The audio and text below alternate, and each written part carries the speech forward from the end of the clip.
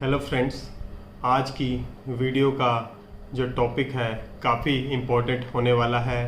Because एक supreme court की latest judgement आई है जिसमें उन्होंने वाइफ के द्वारा फाइल की गई झूठी 498A की एफआईआर को रद्द किया और रद्द ही नहीं किया बल्कि वाइफ के ऊपर 5 लाख रुपए का जुर्माना भी लगाया गया। आइए स्टार्ट करते हैं आज की वीडियो। मैं advocate Sushil Kumar Munjal, welcome to my channel law aware. अगर आपको ये वीडियो अच्छी लगे तो please subscribe my channel, like and share the video. Because कुछ केसेस में ये देखा गया है कि वाइफ जो है झूठी कंप्लेंट फाइल कर देती हैं और अपने इन लॉज के mother in law, father in law, पूरी फैमिली के नाम उस झूठी कंप्लेंट में लिखवा देते हैं और इस बेसिस पे वो केस को चलाते हैं। कई सालों तक केस चलता रहता है और बाद में जब ट्रायल होता है या कि कुछ केसेस में एक्विटल हो जाते हैं और कुछ केसेस में उनको सज़ा हो जाती है। और कुछ केसेस में ये भी देखा गया है कि वाइफ के द्वारा दो कंप्लेंट फाइल की जाती हैं।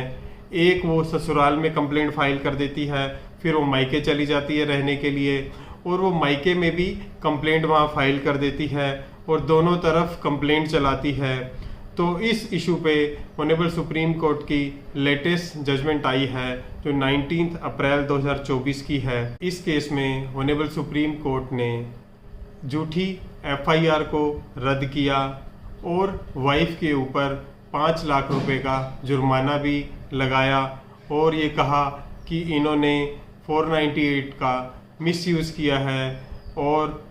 पुलिस का और कोर्ट का वैल्यूएबल टाइम भी ख़राब किया है। तो आइए जान लेते हैं इस केस के फैक्ट्स क्या है। इस केस में मार्च 2015 में शादी होती है और हस्बैंड जो है बाय प्रोफेशन चार्टर्ड अकाउंटेंट होता है और जो वाइफ है पुलिस में डीएसपी रैंक पे होती है और इनकी शादी उदयपुर में होती है मार्च 2015 में। और शादी के कुछ टाइम बाद अक्टूबर 2015 में वाइफ के फादर के द्वारा हिसार में 498A की कंप्लेंट फाइल की जाती है और पुलिस उसके बेसिस पे एफआईआर रजिस्टर्ड कर देती है। और ये बात यहाँ ख़त्म नहीं होती, फिर 5 डेज़ के बाद अक्टूबर 2015 में ही जो वाइफ के फादर हैं वो उदयपुर में भी सिमिलर कंप्लेंट फाइल कर देते हैं 498A की और उसके ऊपर भी 1 नवंबर 2015 को एफआईआर रजिस्टर्ड हो जाती है उदयपुर में भी। और 2 एफआईआर हो जाती हैं, एक हिसार में चल रही होती है और एक उदयपुर में चल रही होती है। इसके बाद जो हस्बैंड है उदयपुर वाली एफआईआर को क्वैश कराने के लिए राजस्थान हाई कोर्ट में पिटीशन फाइल करते हैं और वो ये कहते हैं सिमिलर कंप्लेंट जो है हिसार में चल रही है और इस बेसिस पे इसको क्वैश किया जाए। और जो ऑनरेबल हाई कोर्ट है वो पिटीशन को डिसमिस कर देते हैं, एफआईआर को क्वैश करने से मना कर देते हैं और रीजनिंग देते हैं कि जो हिसार वाली एफआईआर है, हिसार की में जो फाइल करी थी 498A की, वो उदयपुर के बाद की गई थी तो उदयपुर की पहली है तो इस बेसिस पे वो इसको क्वैश नहीं करेंगे। और हाई कोर्ट ने ये भी रीजनिंग दी कि राजस्थान पुलिस को पता ही नहीं था कि वहाँ पे हिसार में भी कोई प्रोसीडिंग चल रही है 498 की। इस बेसिस पे उन्होंने एफआईआर को क्वैश नहीं किया और पिटीशन को डिसमिस कर दिया। अब जो हस्बैंड है एग्रीव्ड होके ऑनरेबल सुप्रीम कोर्ट में जाते हैं और सुप्रीम कोर्ट में फाइल करते हैं अपील और ऑनरेबल सुप्रीम कोर्ट सारे फैक्ट्स को देखते हुए और जो उदयपुर में ट्रायल चल रहा होता है उसको इमीडिएट स्टे कर देते हैं और डायरेक्ट करते हैं कि जब तक कोई फर्दर ऑर्डर नहीं आता यहाँ पे प्रोसीडिंग को स्टार्ट ना किया जाए। और इन बिटवीन वहाँ पे हिसार में भी ट्रायल कंप्लीट हो जाता है और 2 अगस्त 2017 में वहाँ का ऑर्डर आ जाता है और जिसमें कि हस्बैंड को एक्विटल कर दिया जाता है, बरी कर दिया जाता है। और वहाँ पे जो ट्रायल कोर्ट है रीजनिंग क्या देते हैं कि वाइफ के द्वारा और उसके पिता के द्वारा जो कंप्लेंट फाइल की गई थी वो हमने उनको सम्मन भी इशू किए एविडेंस के लिए, बार बार सम्मन इशू किए पर फिर भी वो नहीं आए गवाही के लिए और इस बेसिस पे उन्होंने जो एविडेंस ऑन रिकॉर्ड थे उनको देखते हुए हस्बैंड को एक्विटल कर दिया, और जो हस्बैंड है इस ऑर्डर को लेके ऑनरेबल सुप्रीम कोर्ट के सामने जो अपील चल रही होती है उसमें प्रोड्यूस कर देते हैं, और ऑनरेबल सुप्रीम कोर्ट भी इस ऑर्डर को देखते हैं और ऑब्जर्व करते हैं कि हिसार ट्रायल कोर्ट के द्वारा वाइफ को और उसके फादर को बार बार सम्मन इशू किए गए, फिर भी वो गवाही देने के लिए कोर्ट में नहीं गए, और इस बेसिस पे हस्बैंड को एक्विटल दे दिया जाता है। और सुप्रीम कोर्ट में वाइफ के द्वारा और उनके पिता के द्वारा ये कहा जाता है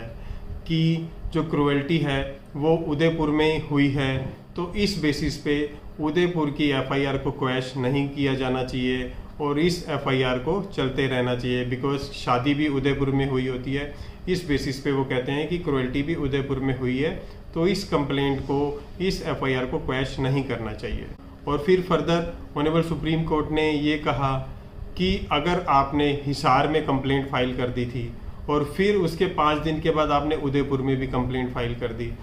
और अगर आपको पता था तो आपको हिसार वाली कंप्लेंट को विड्रॉल कर लेना चाहिए था, या फिर उसको ट्रांसफ़र की रिक्वेस्ट डाल देनी चाहिए थी। तो जिस बेसिस पे एफआईआर उदयपुर में ही रजिस्टर्ड होती, आपने ये सब नहीं किया, आपने सिस्टम का मिसयूज़ किया। आपको ये भी पता था कि वहाँ पे हिसार में भी ट्रायल चल रहा है, उदयपुर में भी चल रहा है, पर आपने कभी वहाँ जाके ये कोशिश नहीं की कि उसको बंद कराया जाए, उदयपुर में ही चलता रहे।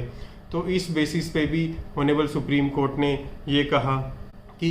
आपने पुलिस का और कोर्ट का वैल्यूएबल टाइम ख़राब किया है। और ऑनरेबल सुप्रीम कोर्ट ने ये भी देखा कि कैसे 10 अक्टूबर 2015 को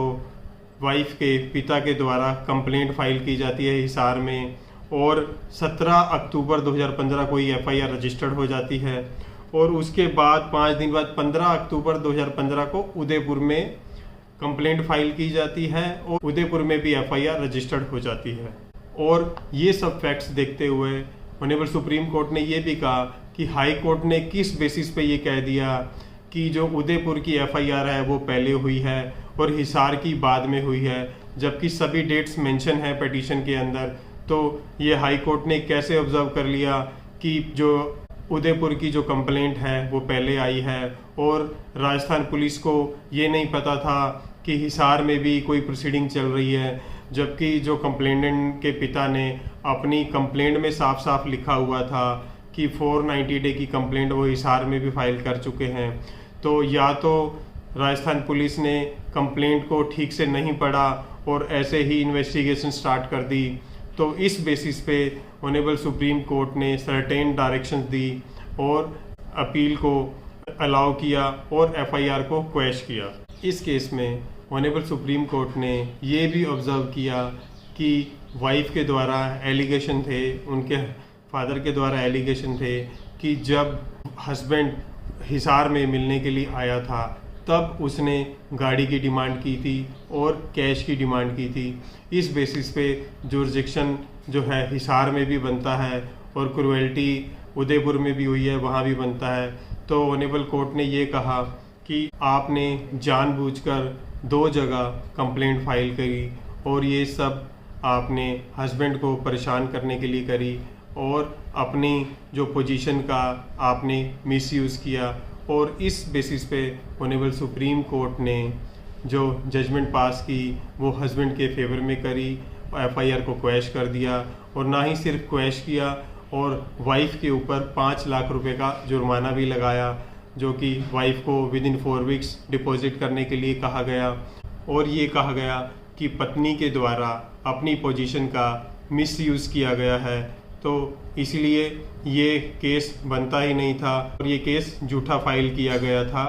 और अगर आपको ये पूरी जजमेंट पढ़नी हो तो इस जजमेंट का लिंक मैंने डिस्क्रिप्शन बॉक्स में डाल दिया है, तो आप वहाँ से भी पूरी जजमेंट को पढ़ सकते हैं। Thanks for watching law aware.